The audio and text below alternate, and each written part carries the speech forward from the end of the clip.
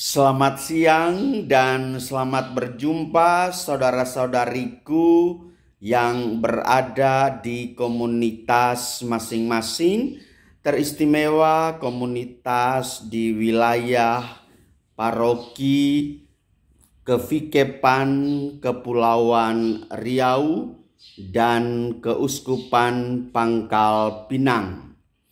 Menanggapi modul yang sedang dibahas dan direnungkan oleh umat Allah Keuskupan Pangkal Pinang, maka saya mencoba untuk memberikan beberapa catatan sekaligus tanggapan terhadap pertanyaan-pertanyaan menyangkut dialog.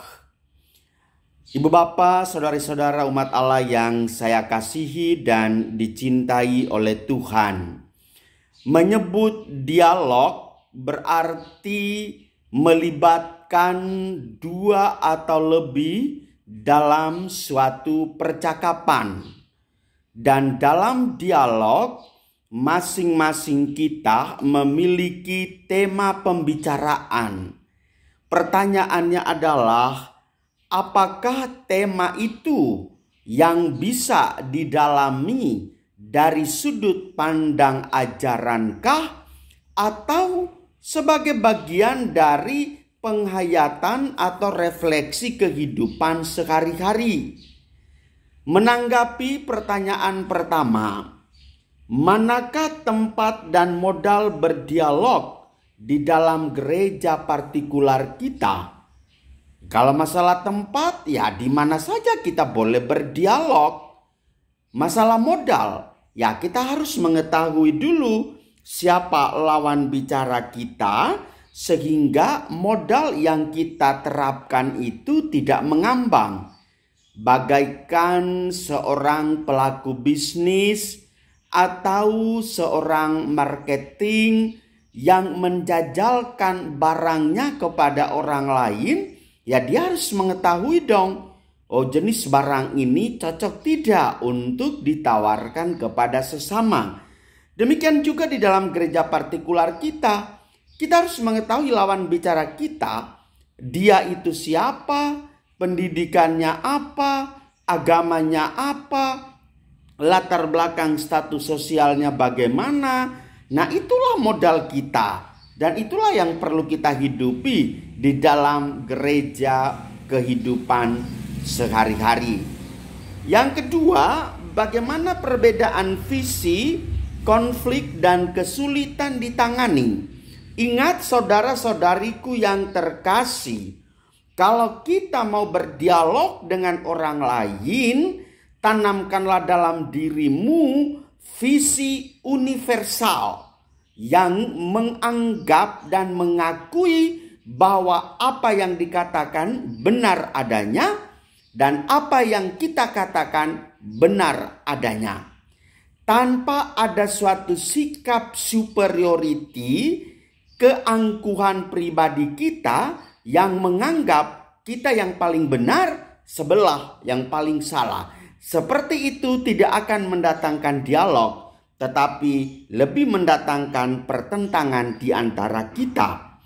Oleh karena itu, kemukakanlah visi dalam semangat komunio, semangat persekutuan, semangat persaudaraan. Lalu bagaimana dengan konflik? Saudara-saudariku yang terkasih, hidup manusia tidak pernah lepas dari konflik. Konflik itu selalu ada, tetapi kita juga tidak pernah terhindar dari konflik itu. Bagaimana menyelesaikan konflik? Tidak usah Anda merujuk kepada dogma agamamu masing-masing. Kemukakanlah pengalaman hidupmu sehari-hari yang diberi dengan nama dialog tindakan hidup. Carilah solusi, rancangkanlah strategi sebagai way out atau jalan keluar dari konflik yang Anda hadapi. Dan ingat catatan saya sekali lagi, jangan menerapkan dogma agamamu kepada orang yang berbeda agamamu. Kalau salah tangkap akan mendatangkan sikap konflik yang berkepanjangan. Yang berikut, bagaimana kita menghadapi kesulitan. Kesulitan diselesaikan dengan dialog dong. Lalu you punya kesulitan, sementara Anda tidak ada dialog, bagaimana? Anda mengatakan, ya sudahlah, kesulitan yang saya hadapi begini kok, mau buat apa lagi? Enggak, pasti ada jalan keluar. Dan di dalam kesulitan, Anda ditantang untuk berdialog. Sampaikanlah problemamu kepada orang lain, supaya orang lain juga mengerti, dan jalan keluar pasti ada. Demikian juga dalam dunia bisnis. Ya, Anda kesulitan berbisnis, itu juga termasuk dialog. Yang namanya dialog karya, dialog tindakan hidup. Dan saya menghindari Anda singkirkan atau kesampingkan dialog dogmatik dalam agamamu. Jangan Anda membawa ajaran-ajaran agamamu dan mengharapkan orang lain untuk mengikuti ajaran agamamu. Itu keliru. Yang berikut, bagaimana kita promosikan kerjasama dengan keuskupan yang berdekatan, dengan komunitas-komunitas religius dan asosiasi serta gerakan kaum awan? Ya, silakan mengadakan PDKT. Bagi kita dengan keuskupan yang berdekatan, ya silakan aja. Hubungkanlah dirimu atau minimal melalui pastor parokimu, karena di setiap paroki, di setiap keuskupan memiliki komisi atau seksi hubungan antar agama dan kepercayaan, dan seksi atau komisi kerasulan awam. Di sana Anda bisa merancangkan bersama-sama, mulai berangkat dari seminar bersama, duduk bersama, makan minum bersama, ketawa bersama, juga ikut menangis bersama. Rasul Paulus mengatakan, gaudete cum gaudentibus et flete cum fletibus. Bergembiralah dengan saudaramu yang bergembira, dan berdukacitalah dengan saudaramu yang berduka cita. Maka ada komunitas religius mengalami situasi yang sama, ya datanglah. Dan juga dengan kaum awam. Ingat, dialog itu bukannya pekerjaan para pastor, imam, biarawan, biarawati. Dialog adalah peran kaum awam menjadi strategi semangat profetis, menjunjung tinggi semangat kenabian dalam berdialog, berkomunikasi, berada satu dengan yang lain. Yang nomor 4, pengalaman dialog dan komitmen bersama apa yang kita miliki dengan penganut agama lain dan dengan mereka yang tidak menganut agama tertentu. Hargailah, dia adalah sesamamu, dia adalah rekanmu. Meski agamanya berbeda, ketong adalah saudara. Kita semua adalah saudara. Kita baru-baru merayakan Natal. Tema perayaan Natal kita adalah kelahiran Kristus menggerakkan persaudaraan. Maka jangan Anda mengatakan bahwa kamu bukan saudaraku, kamu adalah musuh yang ada di seberang sana, orang yang tidak pernah bersatu dengan saya, jangan dekat, kamu kaum kafir, ateis. Tidak boleh. Gereja Katolik menghormati sesamamu, baik yang seiman dengan kamu ataupun tidak seiman, bahkan dia tidak beriman sekalipun. Dia adalah saudaramu. Dan kepada yang belum beriman atau tidak beriman, ya berikanlah arahan supaya dia memilih agama. Jangan kau paksakan, ikutilah saya. Oh, nggak boleh.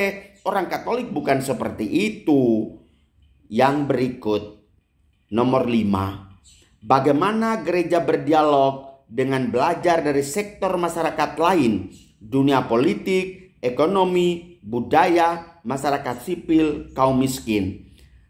Yang disebut dengan politik itu bukan berarti harus masuk di partai politik. Politik itu berarti hidup bersama untuk mendatangkan kesejahteraan bersama. Maka terimalah itu realitasnya. Ekonomi, kepada saudara-saudara yang berkekurangan, silakan berbagi. Kita kadang-kadang mengatakan, aku saja berkekurangan, bagaimana aku bisa berbagi? Ingat, semakin Anda memberi, semakin banyak Anda menerima. Dan yang pasti amalmu diperhitungkan oleh Tuhan. Budaya, Jangan pernah menganggap budaya yang paling hebat. Kita hidup dalam pluralitas kebudayaan, pluralitas kultural. Hargailah, hormatilah itu. Itu budaya yang memperkaya kebudayaanmu juga. Dan bagaimana dengan kaum sipil, masyarakat biasa, kaum miskin? Peluklah mereka, karena gereja Katolik menerapkan sistem pemberdayaan, perhatian, rangkulah sesamamu yang miskin. Miskin dari segi pendidikan, dari segi ekonomi, dari segi status sosial, dari segi pergaulan. Karena gereja kita memiliki prinsip memberikan kepedulian kepada orang miskin adalah seperti dilakukan oleh Tuhan Yesus Kristus yang mencari dan menyelamatkan domba-domba yang hilang. Saya kira itu saja gambaran tentang seputaran dunia dialog. Dan kalau mau mendalaminya lebih lagi, kita akan jumpa pada perjumpaan berikutnya. Salam, Tuhan memberkati. Salam dialog, salam kerukunan. Amin.